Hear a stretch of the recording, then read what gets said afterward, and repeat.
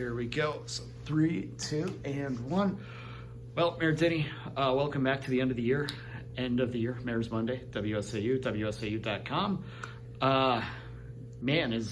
Everything kind of winding down and things emptying out here at City Hall for the end of the year. The tax bills are all out. The tax bills are out. Well, Merry Christmas first off. We're sporting the Christmas tie this Monday, and we last year, for remember, end of the year, we had 2 special council meetings between Christmas and New Year's because we were trying to scramble on the homeless shelter to get that up temporarily. This year, all indications are we will not have a meeting on the 23rd, which would be our second meeting in the month, and I think people are looking forward to just taking that time off and getting a fresh start in 2026. Exactly. So, what is the new year going to look like? I know a lot of people were kind of interested at the city council meeting last night for a couple of things. First off, you had the presentation on the lead service line project. More lead service lines than anticipated going in last year. In fact, it was just a few weeks between line number 1,000 and 2,000. So they're really moving on this project. And I think the biggest takeaway was we're not seeing as much lead as we thought. Right. Actually, that was a pleasant surprise because I think the original estimate was around 8,000, and they were reporting somewhere between 6 and maybe 6,400.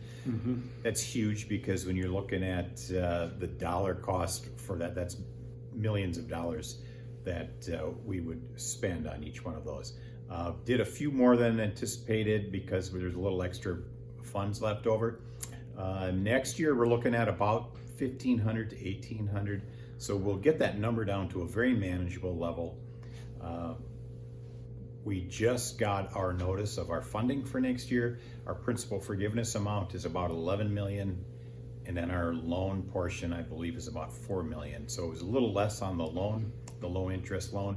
So we'll be able to get a lot of the private side done this year or in 26.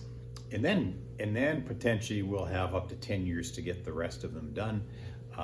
But had we been starting with 8,000 or 6,000 today, it'd be quite a challenge. Yeah, and I know this was one project or one program, I guess you could say. A lot of people were certainly a little polarized on it for one way or another. Now that you've seen the program for a couple of years, I mean, what are your thoughts on it? Is this something that is worthwhile continuing, aggressively over the next few years, or like you said, maybe dial it back a bit to get a better look at the funding under control and things like that? Well, it's all going to depend on that funding. So we're able to clip a pretty good portion of that grant money. So it's about 2/3, 1/3 on the city.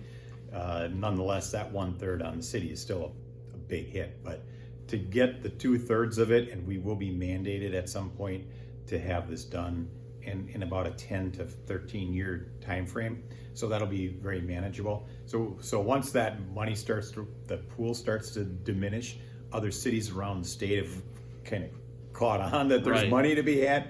And I'll admit I was a little cool on the idea because I just felt for a couple of reasons that it was pretty aggressive to take on 8,000 in 5 years. As it turns out, we had some hiccups in the first year, and I've been going around and watching what they're doing. I've worked with Eric Jones at CIP. We put some kind of videos together and some outreach. The number of residents taking advantage of it, I think you heard last night, is 96%. So to me, that means that the success is good in what they're doing. And I've not had as many problems this year as last year. The phone calls, hey, they wrecked my lawn, or they wrecked my sidewalk, or they did this. They've got good crews with 5-star. They're getting them done when they say they're going to be. And, they worked right up until the end this year with the frost to try to get them in. So I will say I'm impressed with what CIP has accomplished. And I think, we can all look back on the council 2-3 years ago and be thankful that, they did pull the trigger on it. And we always did have the option to opt out if things would have went south on us. And I'd say, we're going to have one more good year in it. And then in 27, it's a pretty good chance that the funding is going to be depleted. Yeah, and because they did say there's a lot of other communities, the Racine's and Milwaukee's, that are starting to catch on to this, and Wausau happens to be at the front. So with Wausau's in progress, that obviously kind of helps the cause a little bit too, right? And I would credit staff to our engineering department. You know, that this is something that they were doing on their own in prior years, and only, you know, with staff being able to get through about 100 a year. They've kept a pretty good watch on it. They've done the RFPs. You know, it's all around. I think it's a good effort and good success.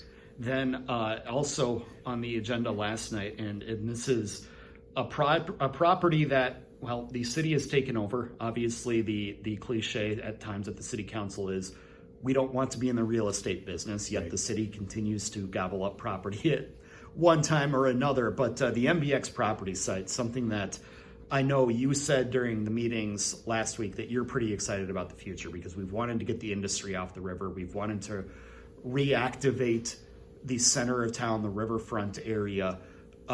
Tell us about this grant that you're going to be getting from the Judd X. Alexander Foundation and what that's going to be designed for. Sure. So they saw the budget constraints and the I guess challenges we faced with our last budget, and then putting that property on the city rolls. You know, it's a big step. It was controversial, but we did commit strategically to clean up the river, both east and west side. We really haven't spent as much time on the west side, and I think this is a good opportunity.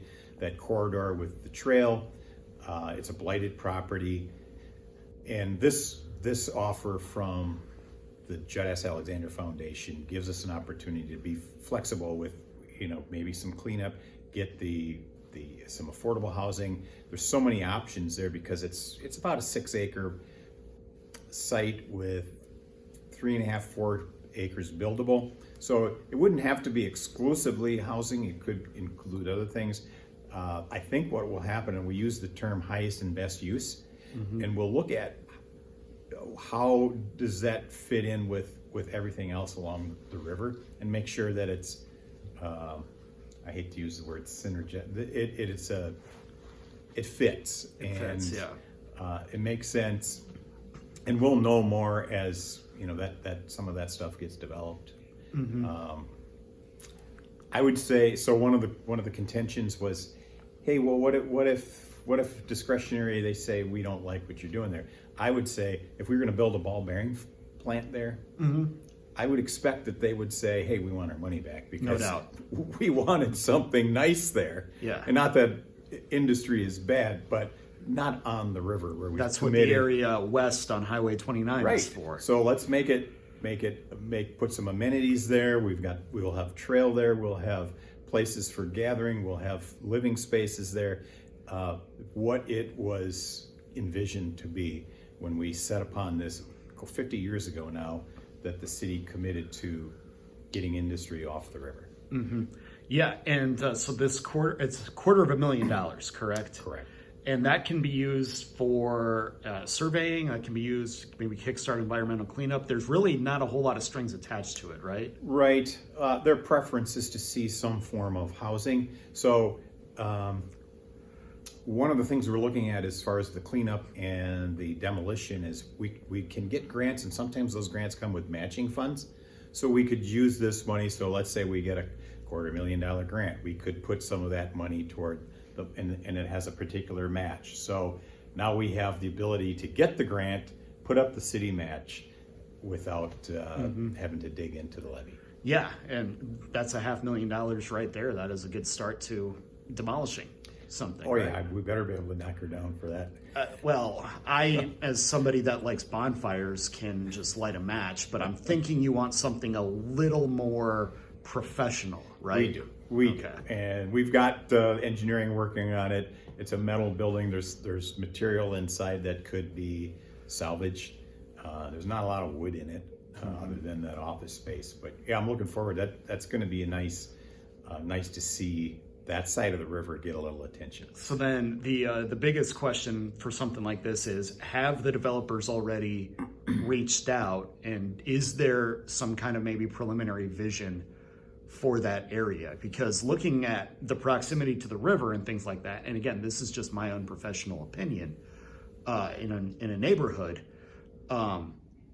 wood-fired pizza and a small microbrew seems like a winner to me. You know, that wood-fired pizza and microbrew, you come back to that quite frequently. But Yes. Randy mentioned that the other day. Is, you know, somebody floated the idea of the beer in the parks or the bar in the park kind of thing. That'd be a great little stop as you're out riding your bike along the river trail to stop and have a beer. So yeah, or whiskey. But we'll look into that.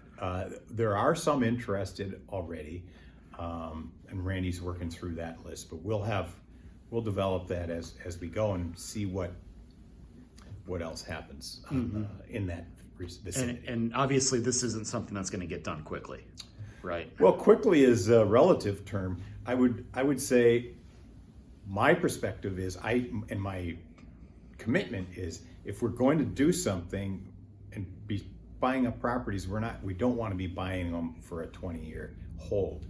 That's that buy and hold real estate thing that we shouldn't be in. So in this case, I would like to think we can do it reasonably quickly and wisely. And as you've always said, in the best interest of the taxpayer to get that money back. Best on the rolls, interest, right? highest and best use, and there's 4 legal terms to that. It's feasibility, financial, practicality, and there's one more, I guess. But those will be the guidelines that we'll go by. Last thing before we let you go then, I know you like to talk about the airport quite a bit. Again, it's something that not a lot of people in Wausau maybe even are aware of, because we're not talking about Central Wisconsin Airport. We're talking about the Wausau Downtown Airport. Wausau Downtown You've actually Airport. found a way to bring in a little more revenue on that coming into the new year. Tell us about that. Sure. Well, we've got another new commercial or private hangar going up, and it will be put on airport property, which then is leased. Typically, these have been owner built, and this is going to be one where there will be some bank mortgage involved in it that'll allow a business or an individual to put a hangar. So we're expanding that east hangar area. Boy, if you look back, I got to count them in my head. I think there's 8 hangars there now. So that indicates industry, indicates private development. It indicates more gas sales for the airport, indicates more people want to land here and make use of it, more activities there. So I don't know how else to describe it other than growth at the airport is good. And because that also means less taxpayer money then going to support the airport, right? Because whatever the airport shortfall is, sometimes the city has to come in and kind of fill that, right? So the airport generally runs about even, but if we're getting that taxes, so the person who builds or an entity that builds on the airport property will own the property. They'll actually own the building, which they pay taxes on, and then they'll have a lease agreement with the city, which we'll collect on. So it is a net positive. The more tax-paying properties to be there, so they're not in a TID, and they're not sheltered.